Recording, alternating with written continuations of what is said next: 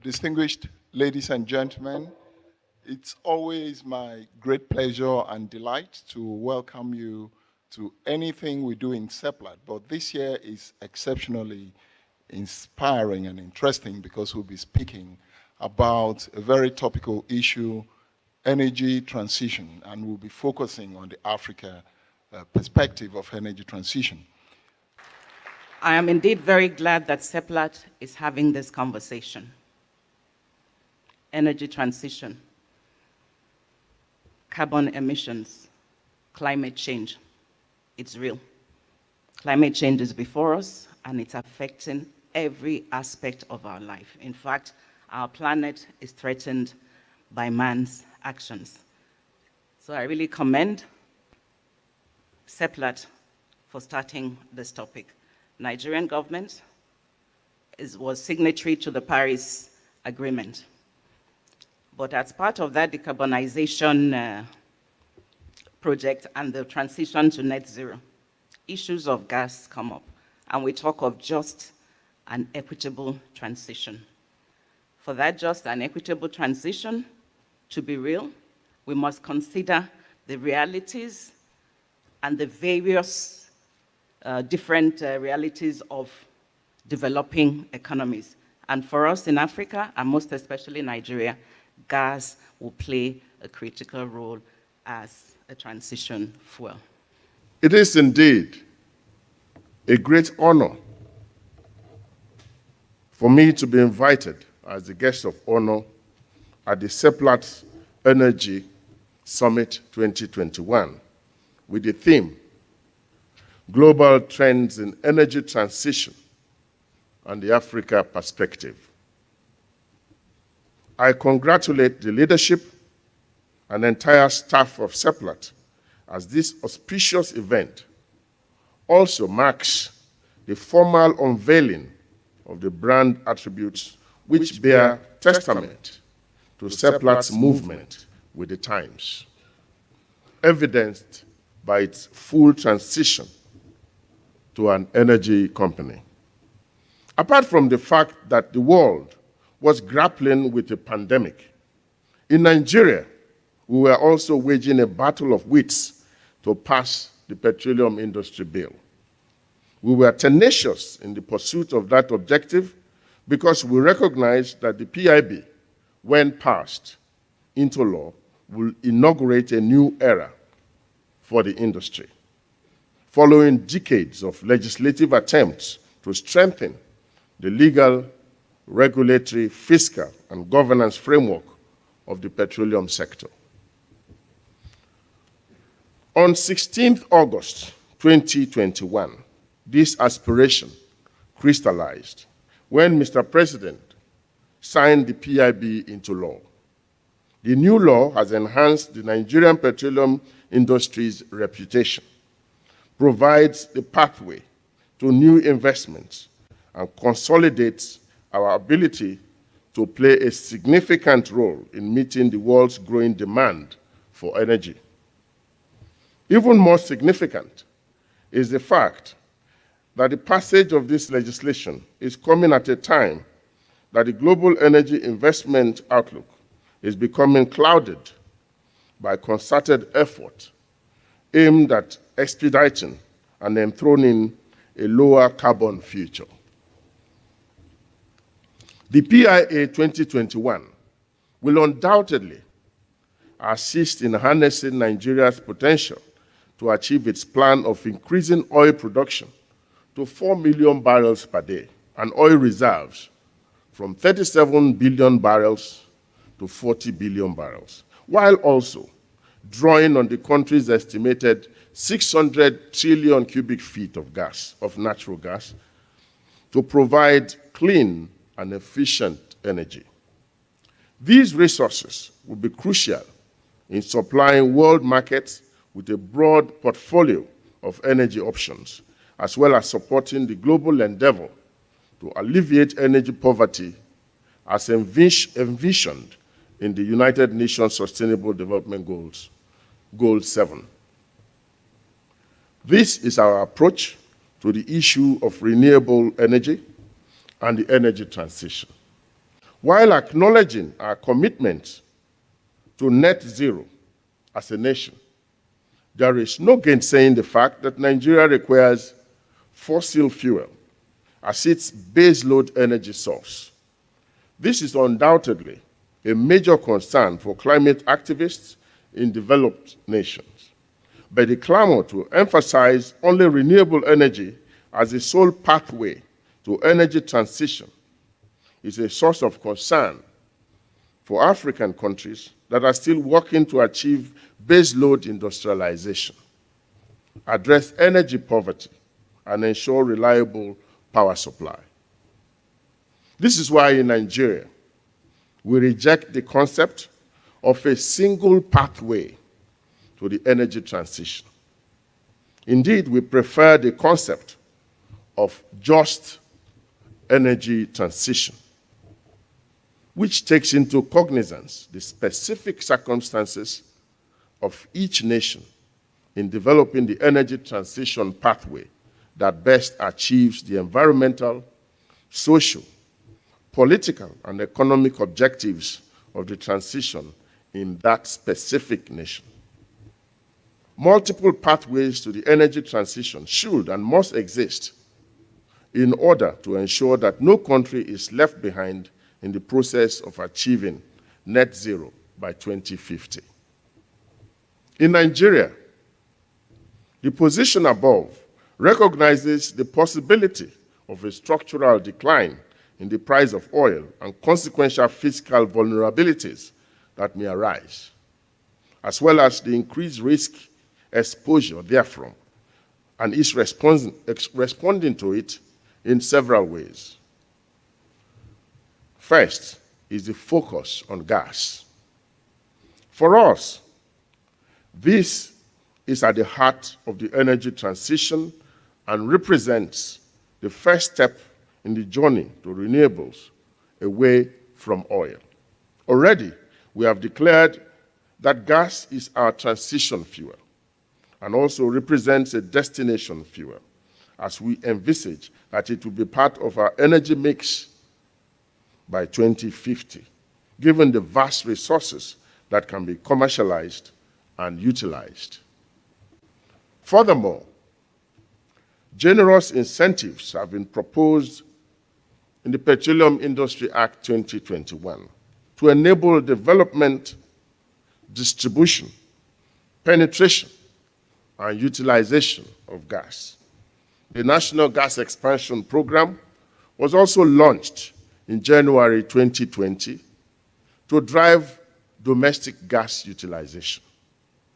Our proven gas reserves are sufficient to cover current demand levels and support plans for the construction of 9 new gas-fired power plants with a combined nameplate capacity of nearly 6,000 megawatts by 2037. This validates gas, a viable and transformational fuel for industrial development. This is why President Muhammadu Buhari, who is also the Honorable Minister of Petroleum Resources, has declared 2021 to 2030 as the decade of gas, which provides the fulcrum for focusing effort and resources required at making gas the centerpiece of Nigeria's economy in 2030. To conclude, I hereby wish to once again congratulate the leadership and entire staff of Seplat for this event, and thank you for the honor and opportunity afforded me to give this message. I wish us all successful deliberations. Thank you. Your Excellencies, very distinguished ladies and gentlemen, our chairman of the board said today we will unveil a beautiful, beautiful baby that would grow into the future of this energy transition. To begin that journey of unveiling this next phase of this great company, I'd like to welcome once again our chairman of the board as he tells us the story as the board has desired it to be in the next milestone. Welcome again, Dr. ABC Ojako. Mr. Vice President, Your Excellency, ably represented, distinguished ladies and gentlemen, I think once again my great honor to welcome you to this summit. This year's summit, as I said earlier on, will be heralding the ideas that Seplat is committed to delivering in energy transition. Let me seize this opportunity to congratulate His Excellency Timi Silva for the passage of PIA. One of the things PIA has done, even for us as a company, is the fact that one singular thing is done in gas. It has revised the DSO regime to the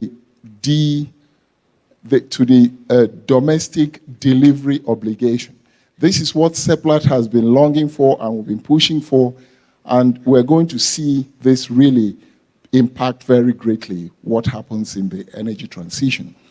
It is my honor and privilege to kindly welcome once again the Honorable Minister for Environment, who represents Mr. Vice President, to kindly come up to the stage, and all the ministers who are here present to please come up on stage. I'll also call on our CEO to please come. And I'd also like to invite the board members of Seplat who are here. I would like to have all the kings who we have invited, the kings from our areas of operation, and including the representation sent by the Oba of Benin. 3, 2, 1. Reliable energy, limitless potential.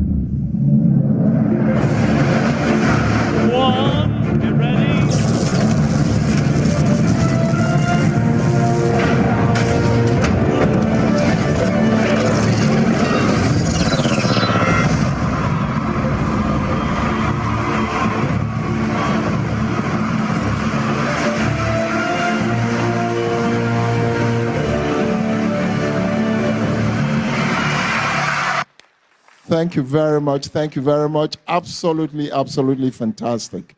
You know, in Seplat, for us, the journey is very clear where we started, where we're headed. Energy transition for us is not the end of oil and gas, but it is an era for us to deliver the right mix of energy that would deliver solutions and create prosperity in the environment. Mr. Mele Kolo Kiarisa, the stage is all yours. And this surely is a very important engagement that's going on. First of all, energy transition is the lead conversation globally around what happens to fossil fuel. It's literally not around fossil fuel. That's the common mistake that we see all over the world. When you say net carbon zero, doesn't mean zero fossil fuel, and we all understand this. But for us in this country and in Africa in general, as we approach COP26, the key message, and which I agree, concur with many of these panelists that have spoken, and of course, many of our senior colleagues who have spoken before the panel members, is the key issue is that there must be sustainable and just way of transition so that countries who are left behind can do a catch-up, and that there must be a recognition of a transition fuel, which essentially everybody agrees that gas will be the transition fuel. And for us in this country, we must take the next practical step to close this energy gap, the energy security gap that we clearly have in our country today. And we can anchor that around the gas resources that we have. We're already doing a lot of work around this, getting the infrastructure right in place, aligning our partners, and also getting the investing community to recognize that this is the market here, this is the safe way to exit the situation that we are facing. And ultimately, for us as the national oil company, we have one key role, which is to bring everybody on the table to see how we can take advantage of the energy transition opportunities that will surely come up. And even in the liquids, it doesn't mean zero liquids, as Mike has said clearly. There are forecasts that is showing that even in 50 years' time to come, you still have up to 100 million barrels a day of potential liquids consumption in the world. So we are not out of the oil age, surely not within those short time frame that we see globally that is being spoken around. But for us, what do we do about it? The use of fossil fuel must change so that it comes to a much more friendly and much more climate-friendly mechanism put in place. We will go to COP26 as a country. Honorable Minister, you're leading us. And as we go for that meeting, the key issue is that how do we move, just in a very just manner, in a transition that will work for everybody in a way that the world will support us in this part of the world, particularly in sub-Saharan African countries, to move in a manner that is just and possible to deliver. We're not giving up on many of the things that we need to do. First of all, bringing new use for gas in our country, auto gas projects, and declaring this year, the next decade as a decade of gas, which means that we focus more attention on gas monetization, gas utilization, bringing up gas-based industries, creating very many other opportunities for utilizing LPG and other sources of energy that are clearly not within the liquids framework. So I'm very grateful for the opportunity to speak to this very informed audience. We're here to support any initiative of this nature to ensure that everybody is aligned, everybody sees the challenges and the opportunities that are here. And lastly, Chairman of Seplat and all the team, I'm very grateful for the opportunity to speak to all of you. Thank you very much. Thank you very much. And again, a great pleasure to be participating in this year's Seplat Energy Summit. In this conversation, we need to make sense of what's happening in the world. Everything around the global markets, the financial markets, the oil markets, the energy market, but also what the COVID pandemic has done to disrupt the world and supply in general. And our next speaker is going to help to do that. He's going to show us where the opportunities lie in the midst of a crisis. His name is Daniel Yergin. He is, as was rightly said, a Pulitzer Prize-winning, best-selling author and energy expert. And in this conversation, he's going to be drawing insights from his latest book. It's titled The New Map. And he's going to help us understand what the future holds with the restructuring of energy politics and geopolitics in general. So, Daniel Yergin, it is our greatest pleasure to welcome you to the Seplat Energy Summit, and I really look forward to the lessons we're going to learn from the insights you're going to share. Welcome, sir. Thank you very much, Lorato. I'm very pleased to be part of this Seplat Energy Summit. I think it's very timely. Obviously, Seplat itself has laid down a definition of the company and its objectives that fit with the overall themes of Africa, which are sustainable energy solutions for society and certainly for Nigeria. The conference, the summit, is obviously very timely.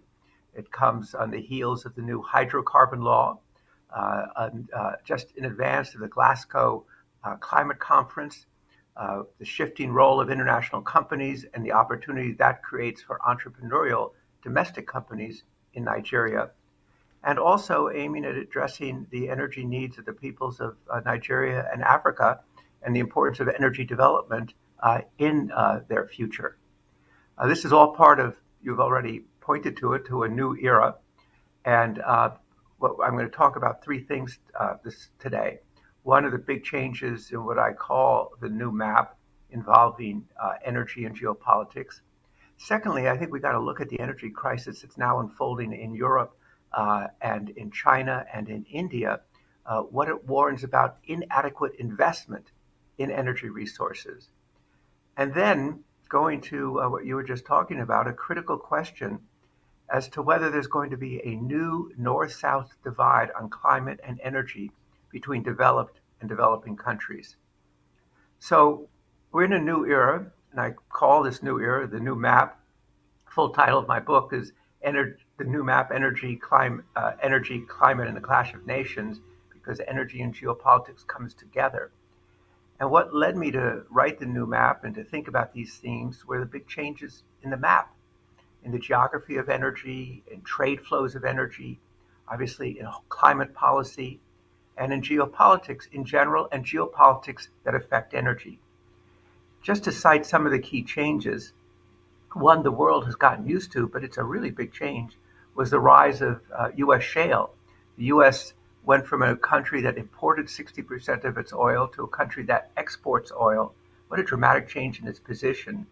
It's now the world's largest producer of oil and gas. It has a big influence in terms of changing the nature of the global oil market.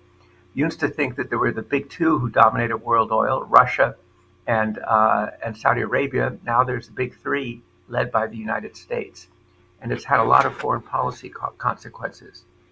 Secondly, is the growth of LNG. And you look at the maps, and that's changed relations among countries. And gas right now is very important. We've seen significant shift in geopolitics, which is relevant to Africa as a source of where foreign direct investment comes from. And that shift, which is a mega shift, is in the relationship between the United States and China. And it's very much on the table today. In the new map, I describe what was the WTO, World Trade Organization consensus, that everybody would be part of the same system and work together. And we've moved into a different era, one of great power competition and strategic rivalry. I looked at the last national security guidance from the Obama administration, and it talked about China being a partner, constructive engagement. And then you look at what the Biden administration said in its first months, describing China as a strategic rival, as the only country that could kind of challenge the international order as it is now. There's a strong energy dimension to this that takes many forms, but many other countries, and I hear this in Asia, I hear it in Africa, I hear it in Latin America, don't want to be caught in the middle between the United States and China, because China is such an important market, and yet there's such an important relationship with the United States. We see this competition playing out in technology, in trade, in competitive finance, in the South China Sea, in military expenditure, and highly relevant to Africa is in funding, in China's Belt and Road versus the new Development Finance Corporation from the United States. We've had a great conference here today, and I'm up here to speak on behalf of the board and management of Seplat in a vote of thanks. Today we put across the new Seplat brand, which is not just a name change, it's actually just reflecting what Seplat Energy is all about. And it's all about not just providing energy for the few, it's actually for socially making an impact. Transforming lives is what we need to do as Seplat Energy. that's what we put out there. We put our mission, our purpose, our mission, our vision, our values on our strapline. And hopefully everyone can remember that. We then revealed the new Seplat brand, and so it was wonderful there. Then we had great panel sessions, lots of questions, answers, thought-provoking. Daniel Jurgen, who obviously is a Pulitzer Prize-winning author, and you could tell he was relating a lot of that to us. He's talking about the North-South divide, and we actually have to have, you can't have the North telling the South how it works, right? So we have to fight back and put our own thing. So on the Minister of State for Petroleum Resources in COP26, he's got to go in with that with a good negotiating position. But we had that. Then we had Nduka on stage in his panel, and I think he was controversial as ever, as you would expect that from Nduka. Today we put across the new Seplat brand, which is not just a name change. It's actually just reflecting what Seplat Energy is all about. And it's all about not just providing energy for the few, it's actually for socially making an impact. Transforming lives is what we need to do as Seplat Energy. Okay, and that's what we put out there. We put our mission, our purpose, our mission, our vision, our values on our strapline. And hopefully everyone can remember that. We then revealed the new Seplat brand, which we can see, well, I don't know, where is it? But it's all over the place. We then had the, here we go, there we go. Come on, round of applause, please. Round of applause. Seplat Energy. We then had our latest, what would you call it? Our latest challenge for people, you know, in terms of the awards that we just saw. And I think, I mean, I was personally blown away just with, there was over 100 entries, and apparently in that, there wasn't a lot of difference between all the entries. Okay, so what you saw in front of you was a very, very tough competition. And I think the three winning organizations, businesses, you know, it's already functional today. So we're going to take that from today and we're going to grow it even bigger into the future. And that's just something great. So thank you. Thank you very much. So what we want to do is go away from today and not forget about today, not just take it as a point, a line in the sand. What we need to do is we need to work with all our partners, and we can see them in front of us. We need to take this on. Seplat cannot do this alone. Sorry, Seplat Energy cannot do this alone. We cannot. We need partnerships. We need our communities. We need our support. And so on that basis, I would like to thank all of our communities. I think the representation here today is just very, very good. The government, partnerships, the endorsements has really gone to the heart of Seplat. And I know I can see our chairman in front of us, and he will go away from this session today with a big smile on his face. So for all of that, I want to thank everyone. Thanks, everyone, and God bless all. Oh, and can't forget, when you leave here today, you'll be handed a gift. And that gift is a tree for life. Okay? So it's a small tree. Choma, hold it up.